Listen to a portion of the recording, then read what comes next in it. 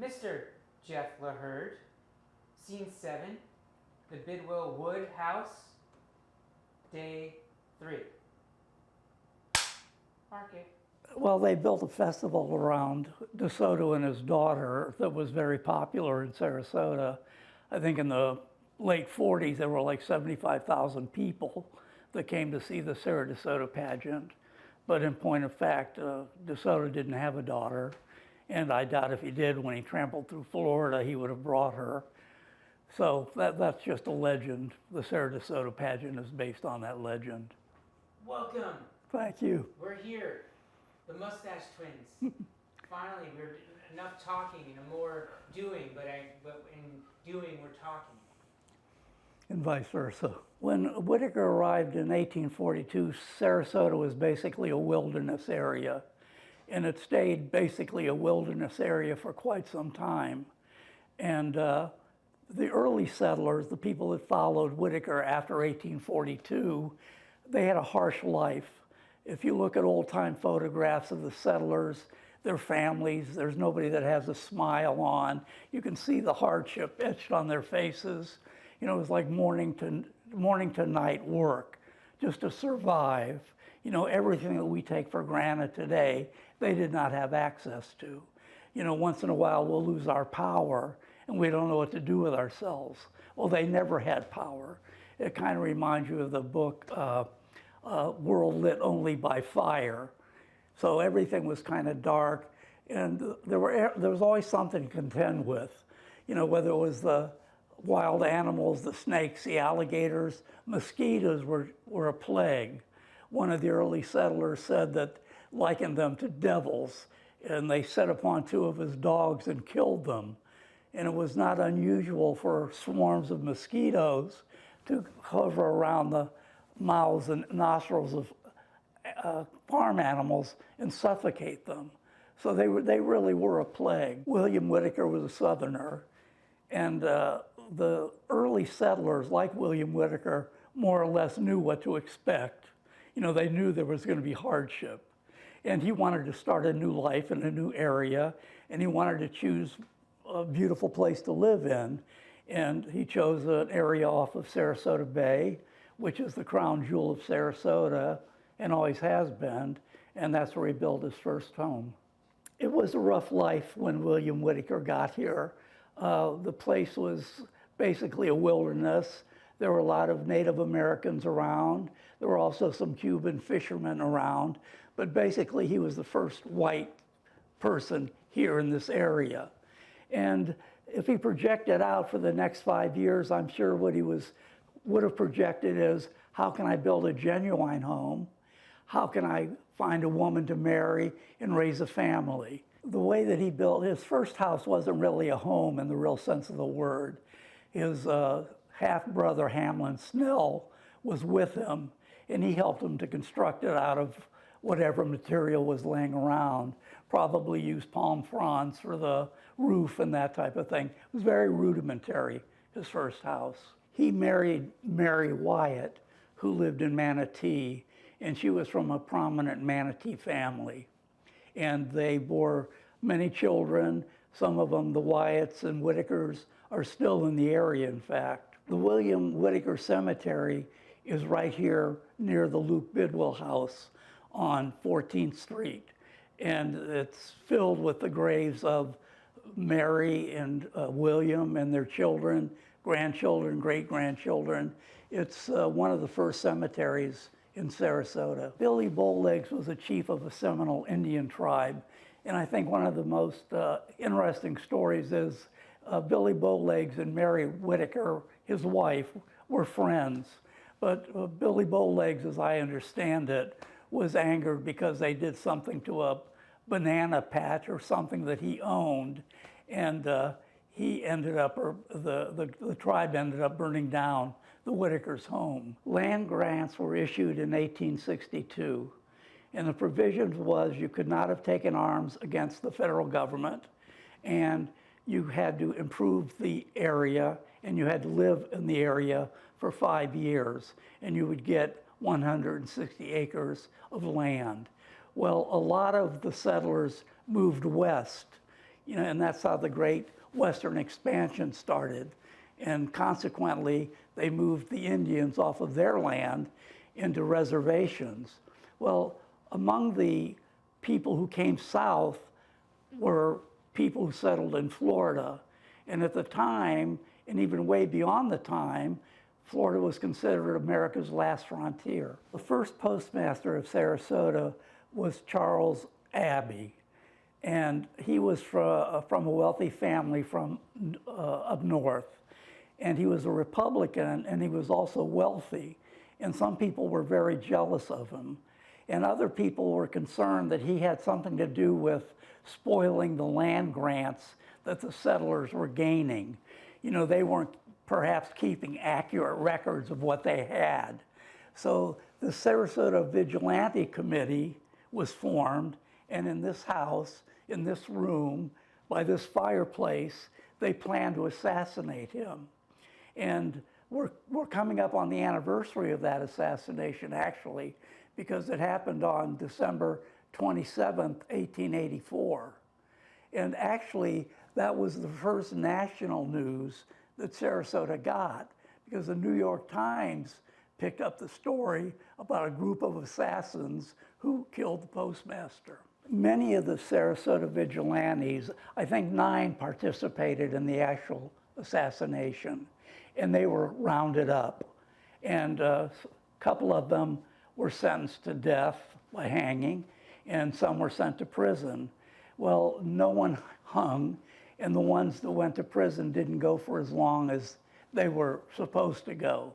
And ultimately they were freed, including the Bidwell, who was supposed to hang. This was the Bidwell house. In the 1880s, a young man named A.B. Edwards was hunting with his father, and they were hunting around what today is 5 Points. He says that they were hunting for bear. And while they were hunting, they came across this surveying company.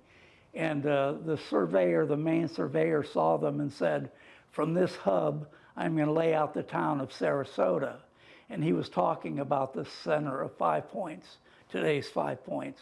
And that's where he struck the first measuring stick. When you look at the first plat map of Sarasota from 1885, you'll see the streets are named after fruits, as today, lime, lemon, pineapple, used to be a kumquat, banana. And the reason they're named for fruits is because the land syndicate, the Florida Mortgage and Investment Company, wanted to convince their fellow Scots that this was an area that they could easily become gentlemen farmers in. Well, it wasn't such an area at all. As I told you earlier, it was a wilderness, and it was still a wilderness when they came. And when they pulled into Sarasota Bay, they could tell from the shipboard that they had been screwed in Sarasota real estate. One of them, Alex Browning, said, "Well, you can imagine what it must have been like being dropped off here in the middle of nowhere, basically." During the time that the Florida Mortgage and Investment Company was trying to sell Sarasota to their fellow Scotsmen with the idea that they could become gentlemen farmers, Scotland was going through a depression. And so they painted Sarasota to be something that it was not, at least what it was not at the time. It would be, but when they arrived, they had a rather harrowing journey. They sold all of their furniture, everything that they owned, bid family and friends farewell, and then they sailed from Scotland to New York. They stayed a few days in New York, just amazed by what they saw, and then they went to Cedar Key. And in Cedar Key, they stayed for a couple of weeks, and they got word that everything wasn't in Sarasota as it was painted to be. So they kind of panicked and wanted to head to Sarasota right away, which they did. And they went through small towns along the way, and practically every small town they went through, the residents of that town wanted them to stay there in their town. Well, the Scott colony expected to find a little Scotland here in Sarasota, and they were totally ill-prepared for what was actually here. These people had come from cities like Edinburgh and Paisley and Moffat, Scotland, and they were artisans and shop people. They had no real idea of how to deal with life in the wilderness. And the colony lasted probably, they started drifting away rather quickly. Maybe a month or two, they were starting to drift away. I remember one of them, Dan McKinley, surveying the area, and he said, "I'm going to light my pipe, for I feel very sad." And he also said it's certain starvation if we stay here. So probably within a couple of months, they were gone, most of them. But the colony, the mortgage company, still had 50,000 acres of land to sell. So they sent the president's son, John Hamilton Gillespie, over to rejuvenate the effort.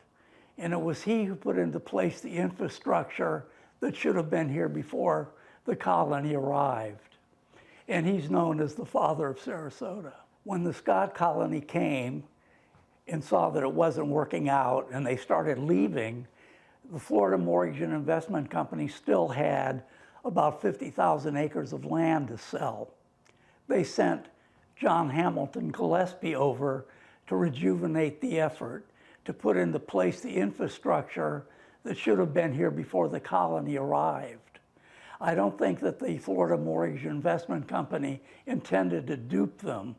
They relied on some reports that they had seen saying how great the area was, but no member of the mortgage company had come over here and inspected it. The colony came in December of 1885, almost a year to the day when Charles Abbey was assassinated.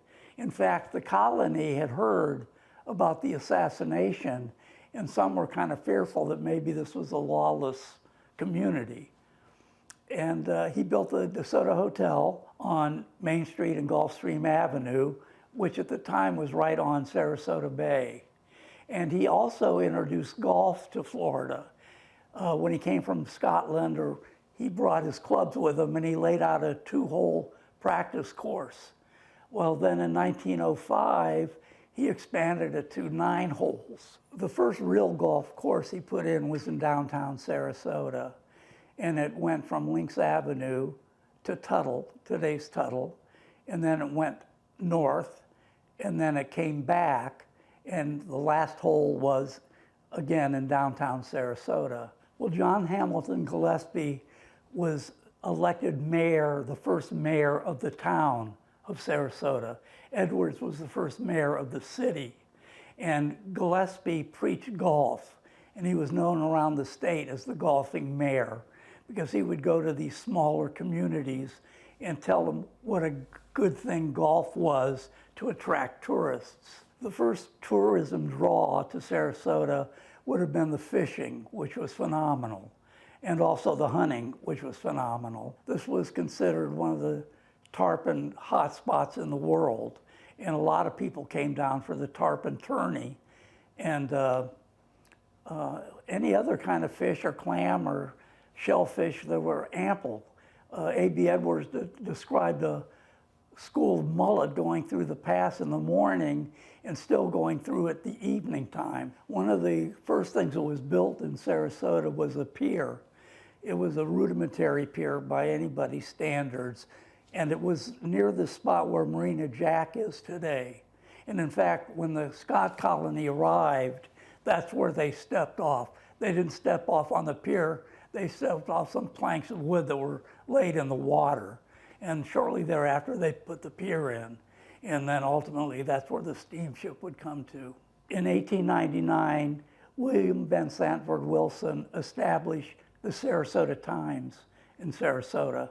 And it was important for the community because it showed the potential that the community had for growth. And he ran the paper until 1910. In 1910, he passed away, and his wife Rose took over the publication of the paper, and she played a very significant role in Sarasota's history, especially in the early years, because she was a very progressive woman. She was for the right of women to vote. She was the right for children to have education, and she followed whatever causes would make the community grow. And she was a highly ranked member of the Sarasota Women's Club. And when she passed away, it was sometime in the 1960s. So here's a woman who came to town in 1899 and passed away in the middle 60s. So she basically saw Sarasota's complete growth up to that time. Sarasota heard that the Seaboard Airline Railway Station was going to open up in Sarasota in 1903. And just based on that information, they decided to incorporate as a town.